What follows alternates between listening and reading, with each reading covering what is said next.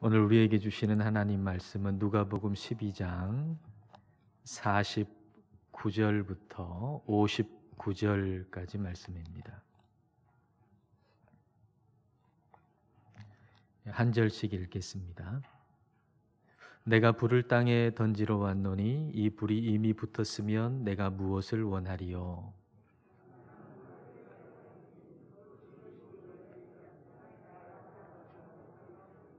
내가 세상에 화평을 주려고 온 줄로 아느냐? 내가 너희에게 이르노니 아니라 도리어 분쟁하게 하려 함이로라.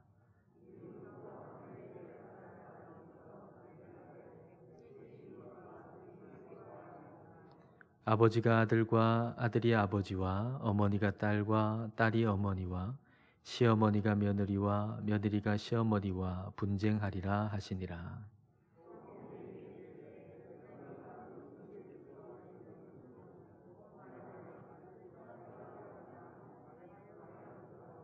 남풍이 부는 것을 보면 말하기를 심히 더우리라 하나니 과연 그러하니라.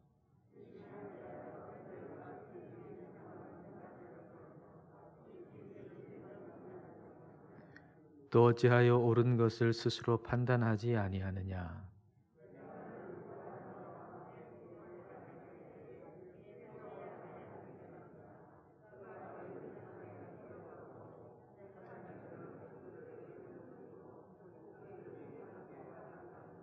함께 읽습니다. 내게 이르노니 한 푼이라도 남김이 없이 갚지 아니하고서는 결코 거기서 나오지 못하리라 하시니라. 아멘. 아기가 태어나서 한 5개월쯤 되면 뒤집기를 합니다. 아기를 눕혀놨는데 자기 힘으로 자기의 몸을 뒤집습니다. 부모가 이것을 보면 참 신기하고 그리고 또 기쁘기도 하지요. 하나님은 세상을 향한 우리의 삶이 우리 하나님을 향해서 뒤집어지기를 원하십니다. 세상이 우리를 육신의 정욕, 안목의 정욕, 이생의 자랑을 향해서 눕혀 놓을 때, 그럴 때마다 우리는 우리 하나님을 향해서 뒤집기를 해야 합니다. 날마다 우리는 거룩한 뒤집기를 해야 하죠. 이것은 십자가의 능력으로 가능한 일입니다. 자, 50절 말씀을 보겠습니다. 나는 받을 세례가 있으니 그것이 이루어지기까지 나의 답답함이 어떠하겠느냐. 여기 세례라고 하는 단어는 물에 잠긴다는 의미죠. 죽는다는 말입니다. 그러니까 예수님께서 이 세례라고 하는 단어를 통해서 우리 예수님의 그 십자가의 죽음을 의미하고 계십니다. 답답함이라고 하는 단어는 슈네코라는 단어를 번역한 것인데, 이 슈네코라고 하는 단어는 어떤 것을 그냥 꽉 붙잡고 있다라는 의미입니다. 그러니까 예수님이 지금 답답하다라고 하시는 이 말씀은 다른 의미가 아니라 십자가에 완전하게 집중하고 계시다라는 의미입니다. 예수님이 왜 그렇게 하고 계신 겁니까? 왜 십자가에 완전히 집중하고 계신 겁니까? 우리를 뒤집어 주시기 위함입니다. 자, 49절과 51절을 함께 보겠습니다. 내가 불을 땅에 던지러 왔노니 이 불이 이미 붙었으면 내가 무엇을 원하리요? 내가 세상에 화평을 주려고 온 줄로 아느냐? 내가 너희에게 이르노니 아니라 도리어 분쟁하게 하려 함이로라. 예수님은 우리의 생각과 우리의 가치관 그리고 우리의 삶의 스타일을 별탈 없이 무난하게 가는 것을 도와주려고 오신 것이 아니라 그것에 불을 질러서 뒤집어 주시기 위해서 오신 것입니다. 우리의 가정이 나름대로 화평하고 화목한 상태에 있는데 그걸 그럭저럭 순탄하게 가도록 도와주시기 위해서 오신 것이 아니라 분쟁하여 뒤집어 주시기 위해서 우리 주님께서 우리 가정에 오신 것입니다. 가정의 목적은 행복이나 화목이 아니라 거룩입니다. 우리 가정의 목적은 거룩입니다. 이 거룩을 위해서는 뒤집어져야 합니다. 뒤집어진다라고 하는 것은 안정적이라고 여겨왔던 것들이 흔들린다는 얘기이죠. 자, 52절과 53절을 보십시다. 이후부터 한 집에 5사람이 있어 분쟁하되 셋이 둘과 둘이 셋과 하리니 아버지가 아들과 아들이 아버지와 어머니가 딸과 딸이 어머니와 시어머니가 며느리와 며느리가 시어머니와 분쟁하리라 하시니라.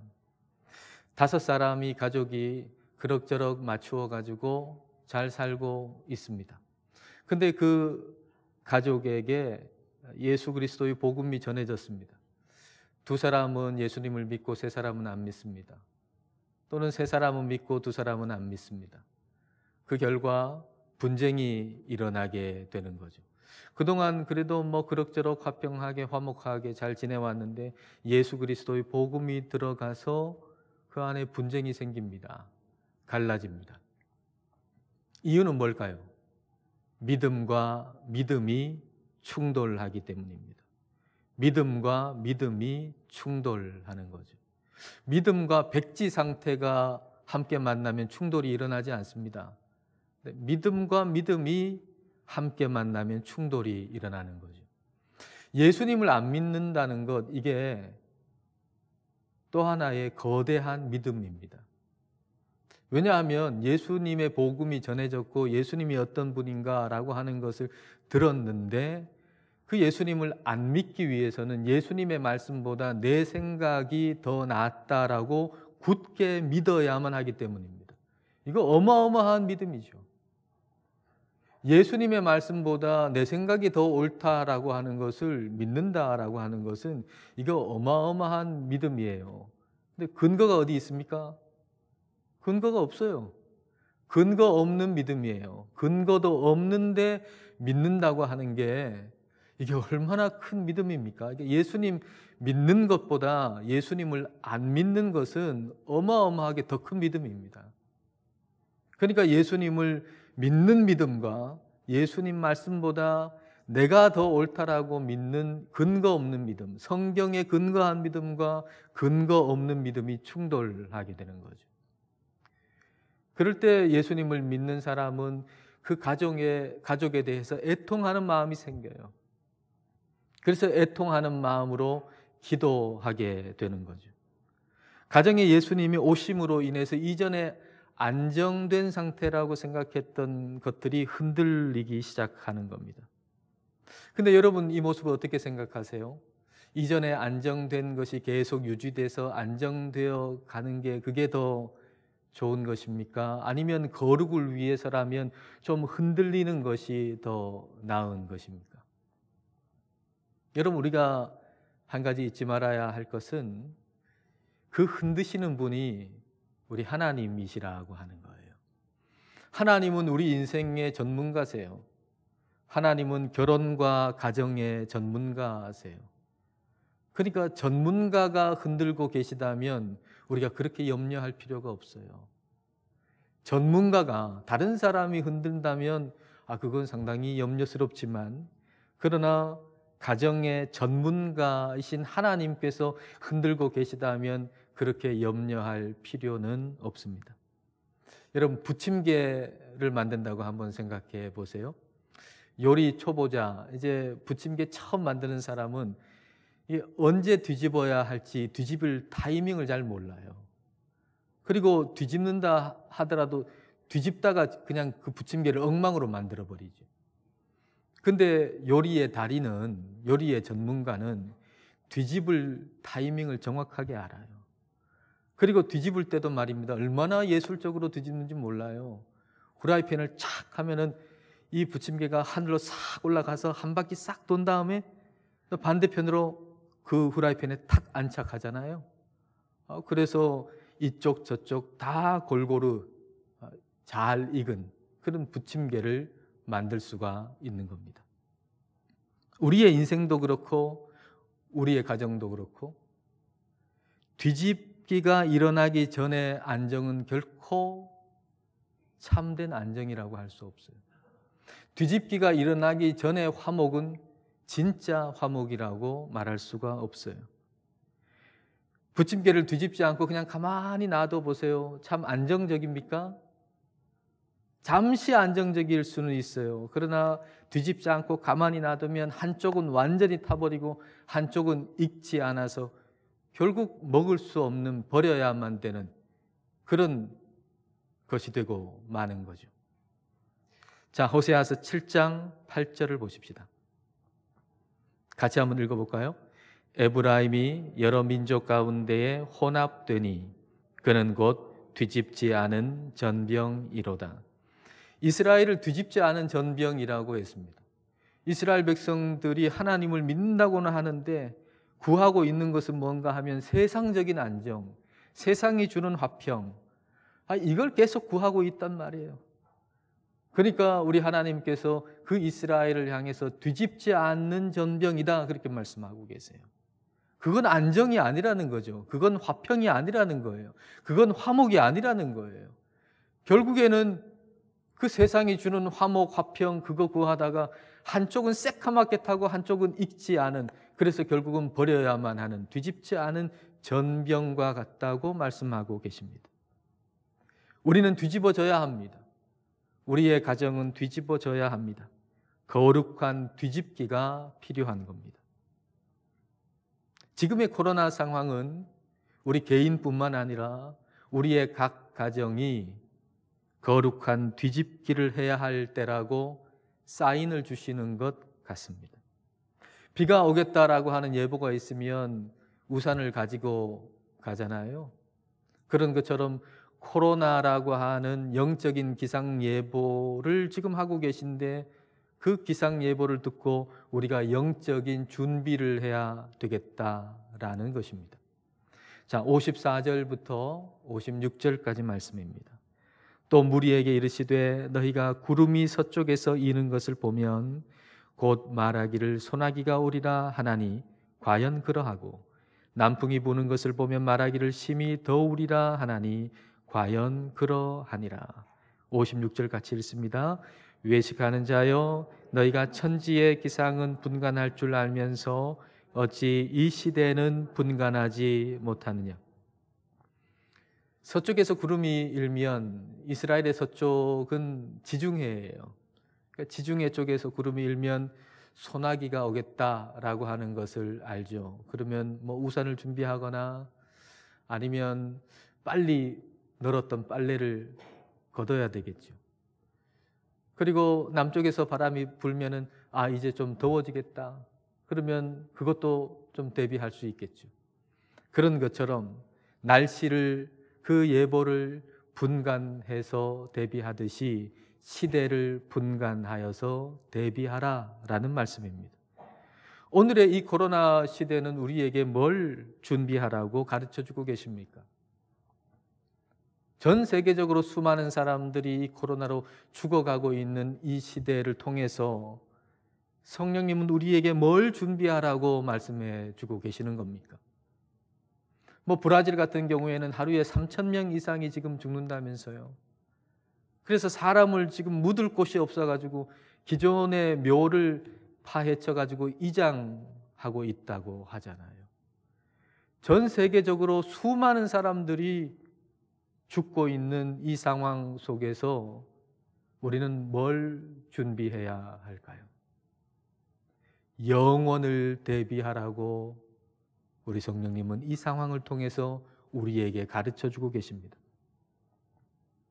많은 사람들이 지금 떠나가고 있어요. 우리가 사랑하는 사람이 언제 떠나갈지 모르는 상황이에요. 그럴 때 내가 사랑하는 사람이 나보다 먼저 세상을 떠나간다고 할지라도 영생에 대한 확신을 가질 준비를 우리는 해야 하는 것입니다. 칼 바르트라고 하는 신학자의 20살 난 아들이, 둘째 아들이 죽은 거예요. 그래서 그 아들의 장례식 때에 이 칼 바르트가 이런 설교를 해요. 그 설교의 한 부분을 한번 들어보십시오. 자기 아들이 20살 둘째 아들이 죽었어요. 그 장례식 때 이렇게 설교를 했어요. 예수 그리스도는 진실로 죽은 자 가운데서 살아나셨고 잠자는 자들의 첫 열매가 되셨습니다. 그리스도는 지금도 살아계셔서 통치하시며 승리자로 계십니다. 이제 믿는 자들에게 죽음 자체는 그리스도의 찬란한 영광으로 가는 통로가 되었습니다. 따라서 우리는 죽음이라는 현실을 맞이할 때 사랑하는 사람을 잃은 것으로 여기고 소망을 포기하고 한숨을 쉬고 눈물을 흘리기보다 무덤 저편에서 영원한 생명을 맛보고 있을 사람들을 위해 크게 기뻐해야 합니다. 아들은 지금 그토록 보고 싶었던 하나님과 얼굴과 얼굴을 맞대며 보고 있습니다. 사랑하는 사람이 먼저 이 세상을 떠나갔을 때 우리에게 이런 확신이 있기를 원합니다. 그리고 지금은 이를 위해서 준비해야 할 시간입니다. 자, 58절과 59절을 보십시오. 네가 너를 고발하는 자와 함께 법관에게 갈 때에 길에서 화해하기를 힘쓰라. 그가 너를 재판장에게 끌어가고 재판장이 너를 옥졸에게 넘겨주어 옥졸이 옥에 가둘까 염려하라. 내게 이르노니 한 푼이라도 남김이 없이 갚지 아니하고서는 결코 거기서 나오지 못하리라 하시니라. 고발하는 자하고 지금 내가 길을 가고 있는 거예요. 법정으로 가고 있는 거예요. 근데 법정에 가면 이제 끝나요. 왜냐하면 법정에 가면 그 재판관이 나를 옥졸에다가 넘길 것이고 그 옥졸은 옥에 나를 가둘 것이고 그리고 내가 빚진 것이 참 많은데 그 빚진 것의 한 푼이라도 다 갚기 전에는 그 옥에서 나올 수가 없다는 거죠. 그러니까 네가 그 빚을 갚을 능력이 지금 하나도 없으니까 그 재판장 앞에 가기 전에 그 고발하는 사람하고 지금 길을 가고 있는데 길을 가는 동안에 빨리 그 고발하는 자하고 화해를 해라, 이런 얘기입니다. 그러면 여러분, 이 고발하는 자가 누구를 가리키는 걸까요? 이 고발하는 자는 예수 그리스도를 가리키는 거예요. 예수 그리스도의 십자가는 우리의 죄를 고발하죠. 우리의 죄가 얼마나 큰가 하는 것을 예수 그리스도의 십자가는 고발하는 거예요. 그런데 동시에 예수 그리스도의 십자가는 우리의 죄를 사하신단 말이죠.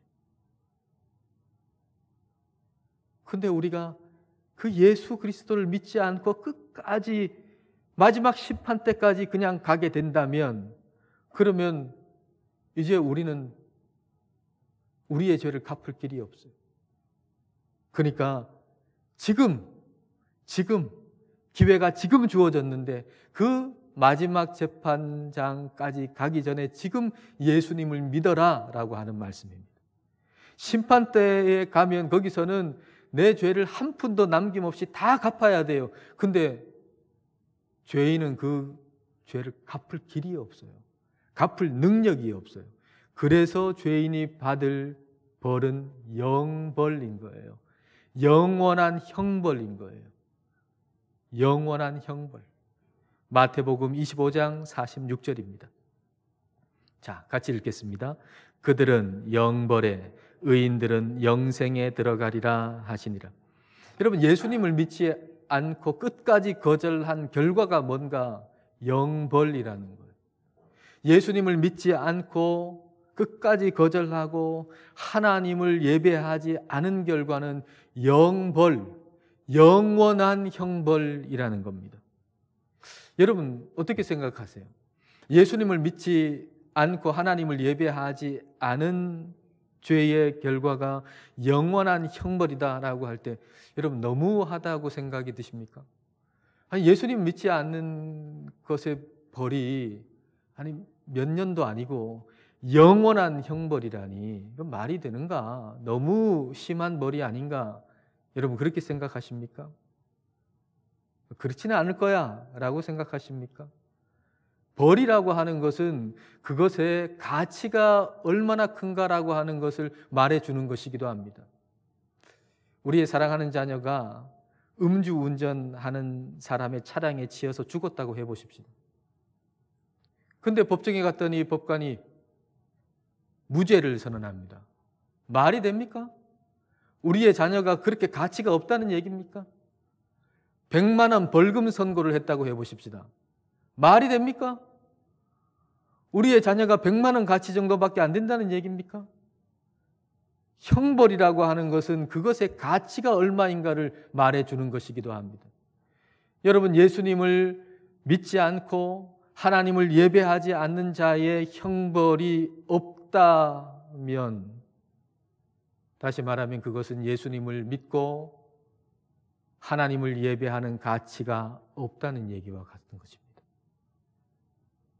예수님을 믿지 않고 하나님을 예배하지 않는 것에 형벌이 없다는 게 말이 되겠습니까?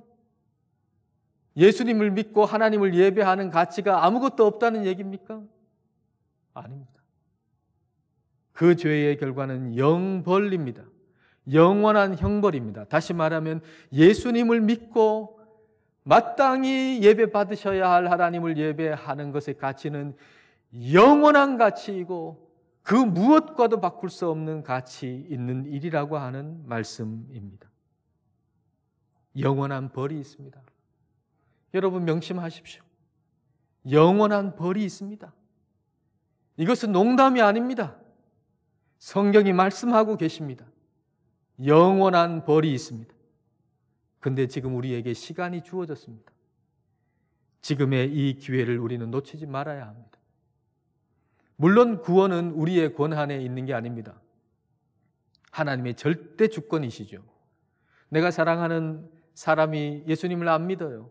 그래서 내가 열심히 기도했기 때문에 그가 구원을 받고, 내가 열심히 기도하지 않았기 때문에 그가 구원을 받지 않는 것은 아닙니다.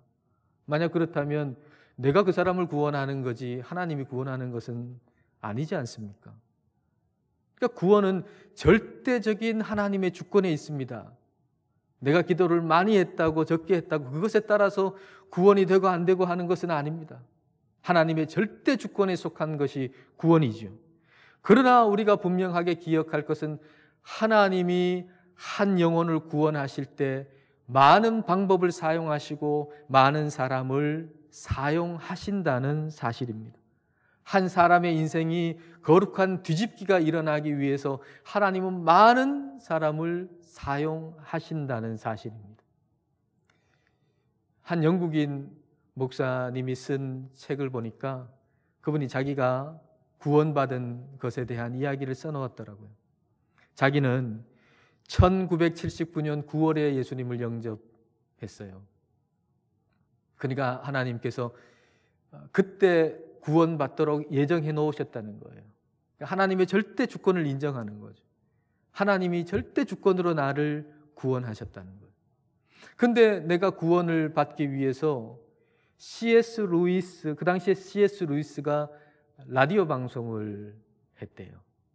근데 그 라디오 방송을 C.S. 루이스가 하기로 결심했던 그 결심을 사용해서 그 라디오 방송을 들어서 마음이 변화되도록 주님이 C.S. 루이스를 사용하셨다는 거예요. 존 스토트라고 하는 사람이 기독교의 기본 진리라고 하는 책을 썼는데 그 존 스토트가 이 책을 써야겠다라고 하는 결심을 하게 해서 그 책을 통해서 자기의 마음이 또 흔들렸다는 거예요. 자기 주변의 그리스도인들이 용기를 내서 나에게 복음을 전하는 그 용기를 하나님이 사용하셨다는 거죠. 아니, 예수님 예자도 꺼내지 마라. 나는 그런 거 안 믿는다. 라고 하는 사람한테 복음을 전한다고 하는 게 용기 없으면 됩니까? 근데 그 사람은 주변에 용기 있는 사람이 있어가지고 예수님 예자도 꺼내지 말라고 하는 사람한테 예수 그리스도의 복음을 전한 거예요. 그러니까 그 용기를 하나님이 사용했다는 거죠. 그리고 나를 사랑하는 주변의 사람들의 기도를 사용하셨고, 내가 알지도 못하는 사람, 만나지도 못했던 사람, 그 사람들의 기도까지도 사용하셔서 나를 구원하셨다는 것입니다. 나를 구원하시는 것은 절대적으로 그리스도의 은혜로 인해서 구원을 받았지만, 그러나 그 구원의 목적을 이루시기 위해서 수많은 사람들을 사용하셨다는 거예요. 이 얘기를 하고 나서 결론이 뭔가? 그러므로 나를 구원하기 위해서 하나님이 수많은 사람을 도구로 사용하셔서 나를 구원하셨듯이, 그렇다면 내 주변에 있는 믿지 않는 사람을 구원하기 위해서 내가 하나님의 목적에 쓰임받는 도구가 되기 위해서 내가 수고를 아끼지 않아야 되겠다라고 하는 거예요. 하나님은 나를 사용하셔서 또 다른 사람을 구원하실 것이니 내가 온 힘을 다해서, 온 노력을 다해서 그렇게 쓰임받아야 되겠다는 겁니다. 여러분, 나의 기도를 통해서 그 누군가를 하나님이 구원하시려고 하는 목적을 이루세요. 내가 쓴 글을 통해서 하나님은 그 목적을 이루시고, 나의 노래를 통해서 그 목적을 이루시고, 나의 연주를 통해서 그 목적을 이루시고,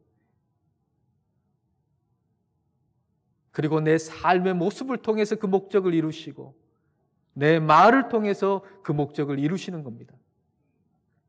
그래서 우리는 주님의 목적을 성취하도록 하기 위한 도구로 쓰임받기 위해 노력을 아끼지 않아야 하는 것입니다. 하나님은 우리들의 가정에 거룩한 뒤집기가 일어나기를 원하시고 계십니다. 지금은 평안하고 지금은 안정적이라고 여길지 몰라도 뒤집힐 때 뒤집히지 아니하면 뒤집지 않은 전병처럼 한쪽은 새까맣게 타고 한쪽은 익지 않아서 영벌에 처해질 수밖에 없습니다. 여러분 가정에 지금 안정을, 여러분 가정의 화목을, 그걸 계속 유지하려고 하지 마십시오. 뒤집힐 때 뒤집히지 아니하면 그 화목은 다 가짜 화목입니다. 그 화평은 쓸데없는 화평입니다. 뒤집힐 때 뒤집혀야 합니다. 우리 주님은 우리의 가정을 거룩한 뒤집기를 하시기 위해서 찾아오셨습니다. 주님의 손에, 하나님의 손에 잘 뒤집히는 것이 복입니다. 이 복이 우리 모든 가정 위에 임하실 수 있기를 축복합니다. 기도하겠습니다. 이 시간 우리 기도하실 때 우리의 가정에 거룩한 뒤집기가 일어나기를 기도하십시다. 먼저 우리 자신에게 거룩한 뒤집기가 일어나기를 기도하십시다. 한때는 거룩한 열정으로 가득했는데, 한때는 한 영혼이 구원을 얻는 것을 사모하고 기도했는데, 어느새 싸늘하게 식어버리고 세상을 기웃거리는 우리의 심령에 거룩한 뒤집기가 일어나기를 기도하십시다. 예수님의 말씀보다 자신의 생각이 더 옳다고 여기는 근거 없는 믿음으로 사는 우리의 사랑하는 가족들에게 거룩한 뒤집기가 일어나기를 기도합시다. 또 어릴 때 한때 신앙생활을 잘했지만 청년이 되고 어른이 되어 어느덧 주님을 등지고 있는 우리 형제 자매들과 자녀들에게 거룩한 뒤집기가 일어나기를 이 시간 함께 기도하겠습니다.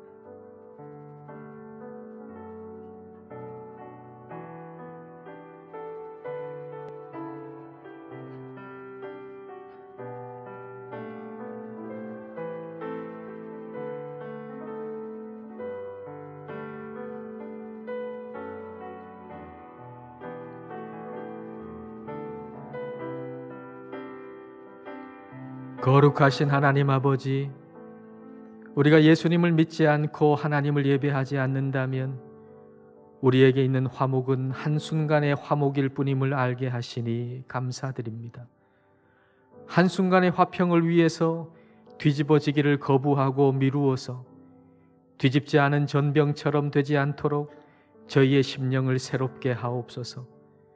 하나님의 손에 잘 뒤집어지는 것이 복인 줄 알고 세상이 우리를 육신의 정욕, 안목의 정욕, 이생의 자랑을 향해서 눕혀놓을 때마다 주님을 향해서 뒤집기를 할 수 있는 영적 힘을 주옵소서. 한때 주님을 예배하였으나 몸과 마음이 주님으로부터 멀리 떠나 있는 우리의 배우자와 자녀들, 형제, 자매, 그리고 부모님의 마음에 다시 주님을 향해서 거룩한 뒤집기가 일어나게 하옵소서. 주님의 말씀보다 자신의 생각이 더 옳다는 근거 없는 믿음으로 사는 가족의 마음에 거룩한 뒤집기가 일어나게 하옵소서. 그리하여 우리를 구원하신 십자가와 부활의 은혜를 다 함께 찬양할 수 있게 하옵소서. 예수님 이름으로 기도드립니다. 아멘.